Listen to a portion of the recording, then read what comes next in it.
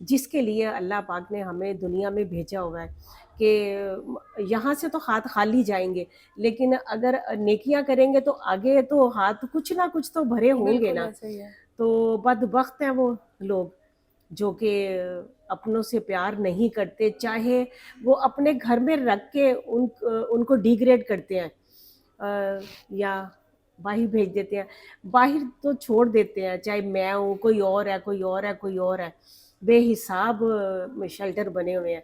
تو وہ تو سکھی ہو جاتی ہیں، کم سے کم 3 ٹائم کا کھانا ملتا ہے ان کو، کپڑے بھی مل ہی جاتے ہیں جو بھی حالات ہوتے ہیں، لیکن بدبخت ہیں وہ جو کہ ان کی خدمت نہیں کرتے۔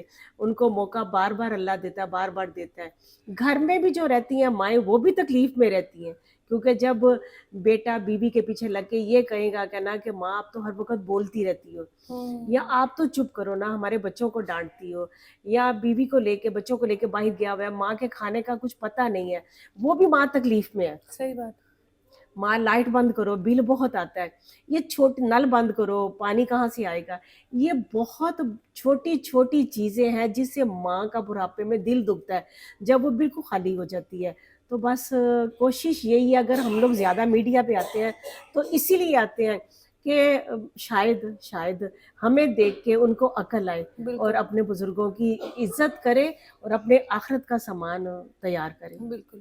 اچھا پناہ تو بہت جو ہے نا پاکستان میں ایسے شیلٹرز ہوم بنے ہوئے جو پناہ دے رہے ہیں، لیکن بنت فاطمہ فاؤنڈیشن وہ واحد ہے جو کہ یہاں پر عمرہ بھی کروا رہا ہے ماؤں کو. جی تو یہ سلسلہ شروع کرنے کا کیسے آپ کا جو ہے نا وہ مائنڈ بنا اور کیسے پھر آپ نے اس کا افتتاح کیا؟ یہ میرے پاس حلیبہ نامی خاتون تھی جو کرسچن سے مسلمان ہوئی تھی، اور اس کو بہت شوق تھا کہ میں اللہ کا گھر دیکھوں۔ تو اس کے پاس نہ پاسپورٹ تھا، نہ آئی ڈی کارڈ تھا، کیونکہ بالکل وہ تنہا تھی، لاوارث تھی، اس کا کوئی نہیں تھا۔ تو بس اس کو دن رات وہ رویا کرتی تھی کہ آپا مجھے اللہ کے گھر جانا ہے، مجھے اللہ کے گھر جانا ہے۔ تو بس پھر اسی سے ہم لوگوں نے محنت شروع کی، اور جب پوری تیاری اس کی ہو گئی تو میں نے ایک میلاد کروایا، جس طرح حج اور عمرہ کی وہ سعادت ہے کہ جو کہ میرا خیال ہے زندگی میں اس سے بڑی خوشی کوئی اور ہو ہی بے نہیں شک. سکتی، کوئی نہیں ہو سکتی اس سے بڑی خوشی۔ تو مجھے لگا کہ مجھے اس کو نا خوشی دینی چاہیے، تو ہم لوگوں نے میلاد کروایا۔ تو باقی جو عورتیں تھیں نا، تو ان میں سے 2-4 عورتوں نے بولا کہ کیا کبھی ہم بھی جائیں گے، اب ہمیں بھی کبھی لے کے جائیں گی۔ تو مجھے بڑی تکلیف ہوئی ان کی بات سن کے، پھر میں نے اللہ کے گھر جا کے میں نے ان کے لیے بہت دعائیں کی کہ یا اللہ مجھے ہمت دے کہ میں ان کو بھی لے کے آؤں، ان کی بھی خواہش ہے کہ کبھی ہم بھی جائیں گے۔ اس طرح پھر یہ سلسلہ شروع ہو گیا۔ تو پھر ہر سال اب ہم لوگ لے کے تو ہم جاتے ہیں، لیکن بلاوا اللہ کا ہوتا ہے، اللہ کے پیارے محبوب کا ہوتا ہے، جو کہ ان کو اپنے پاس بلاتے ہیں وہ، اور ان کے دل کے حال سنتے ہیں، ان کے آنسو دیکھتے ہیں، اور اللہ کو ان پہ ماؤں پہ پیار آتا ہے، ان کے صبر پہ پیار آتا ہے۔ بالکل. تو بس پھر اس طرح یہ سلسلہ سارا چل رہا ہے۔ اچھا آخر میں آپ کیا پیغام دینا چاہیں گی ان دیکھنے والے بیٹوں کو، ان بہوؤں کو جن پر بھی ایک وقت میں یہی سب کچھ آئے چیزیں گا انہوں نے بالکل دیکھنی ہے، ان پہ بھی بالکل بڑھاپا آئے گا، ان کے بچے بھی جوان ہوں گے، ان کے بچوں کی بھی شادیاں ہوں گی، اور جس مقام پہ انہوں نے اپنی ماں کو تنہا چھوڑا ہے کہ مکافات عمل تو آپ کو پتہ ہے دنیا میں ہی بالکل ہے، انسان کو آدھے بالکل سے ہے۔ زیادہ گناہوں کی سزا انسان کو دنیا میں ہی مل جاتی ہے. میرے پاس ایک کیس تھا، 2 بہنیں تھیں، ایک تو شادی شدہ تھی، اور دوسری جو تھی نا وہ اس نے شادی نہیں کی ہوئی تھی، ویسے بہت ایکٹیو تھی، بہت ایکٹیو تھی۔ تو جو میرے پاس تھی نا اس کی ڈیتھ ہو گئی، اور دوسری جو تھی وہ سوچ ہی نہیں سکتے تھے کہ کبھی یہ بھی اس حالت میں آئے گی، حالانکہ وہ چاہتی تو اپنی بہن کو سنبھال سکتی تھی، لیکن بعد میں ایک ٹائم ایسا آیا کہ وہ بالکل بستر پہ آئی اور میرے گھر وہ آئی، اس کو کوئی چھوڑ کے گیا، اور جب میں نے اس کو دیکھا تو میں نے اس کو پہچان کے کہا کہ آپ کا کیا حشر ہو گیا ہوا ہے۔ اس کا اپنی بہن سے بھی برا حال ہو گیا ہوا تھا، بالکل بستر پہ تھی، کوئی بات نہیں کر سکتی تھی۔ تو مجھے لگا کہ یہ مکافات عمل ہے۔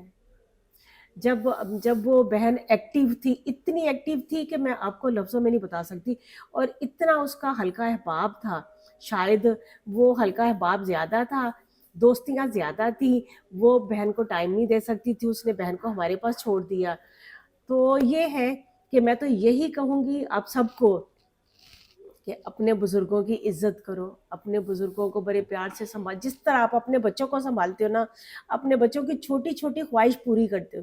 میری پوتیاں ہیں نا، میں سب کچھ کر کے بھی نا، میں اوپر جاتی ہوں، میں بیٹھتی ہوں، حاجرہ اسکول سے آتی ہے، اپنی اسکول کی اتنی کہانیاں سناتی ہے، اتنی سناتی ہے، اور میں نہ بھی سننا چاہوں نا، میں سنتی ہوں اس کی باتیں، کہ اگر یہ مجھے نہیں، وہ تو بچی ہے نا، تو اگر ہم لوگ اپنے بزرگوں کی سن لیں تو کیا ہے۔ صحیح بات ہے۔ موبائلوں پہ لگے رہتے ہیں، موبائلوں پہ لگے رہتے ہیں، اس میں دماغ خرچ کرتے ہیں۔ اگر وہی ٹائم ہم اپنے بزرگوں کو دیں تو ان سے دعائیں لیں، ان کے اندر سے دعائیں نکلے۔ چھوٹی سی بات ہے، اتنی بڑی بات بھی نہیں ہے یہ۔ میری حلیمہ ہے، حلیمہ اتنی باتیں کرتی ہے، تھوڑا سا ٹائم ادھر ادھر ہو جائے میں اسے کہتی ادھر آئے حلیمہ، آؤ امی سے پیار کرو۔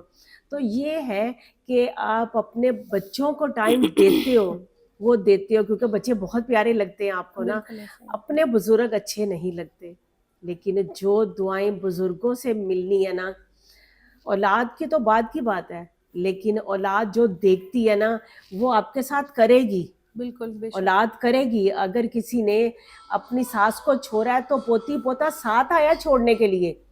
آپ دیکھو وہ بچے ہیں، وہ اپنی ماں کو اپنے باپ کو منع نہیں کر سکتے کیونکہ وہ بچے ہیں، لیکن آپ یہ سمجھو کہ آپ کے بچے دیکھ رہے ہیں کہ دادی کو کہاں چھوڑ کے ماما آ رہی ہے یا بابا کہاں چھوڑ کے آ رہے ہیں۔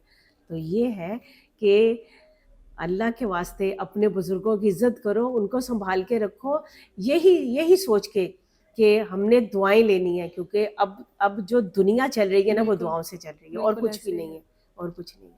بالکل ایسے ہی ناظرین، فرزانہ ماں نے یہ بات بالکل حقیقت کہی ہے کہ اگر آپ یہی سوچ کے صرف زندگی گزاریں کہ جو وقت اس وقت ہمارے والدین پہ ہے، آگے جا کے ہماری زندگی میں بھی یہی وقت پلٹ کر آئے گا، اور کیا پتا کہ ہماری اولاد بھی یہی سلوک ہمارے ساتھ کرے، پر تب تک بہت دیر ہو چکی ہوگی۔ اگر اس عمر میں آپ کو احساس ہوگا کہ ہم نے اپنے والدین کے ساتھ کیا کیا تھا اور اپنی غلطی پہ آپ پشماندہ ہوں گے، لیکن اس وقت آپ کے والدین نہیں ہوں گے کہ آپ ان سے معافی بھی مانگ سکیں، تو اس سے پہلے کہ آپ کے والدین اس دنیا سے چلے جائیں، اس سے پہلے اس بات کا احساس کر لیں اور اپنے والدین کو جتنی ہو سکے محبت دیں، کیونکہ کچھ نہیں پتا کہ آج آپ کی ماں آپ کے ساتھ ہے، کل نہ ہو۔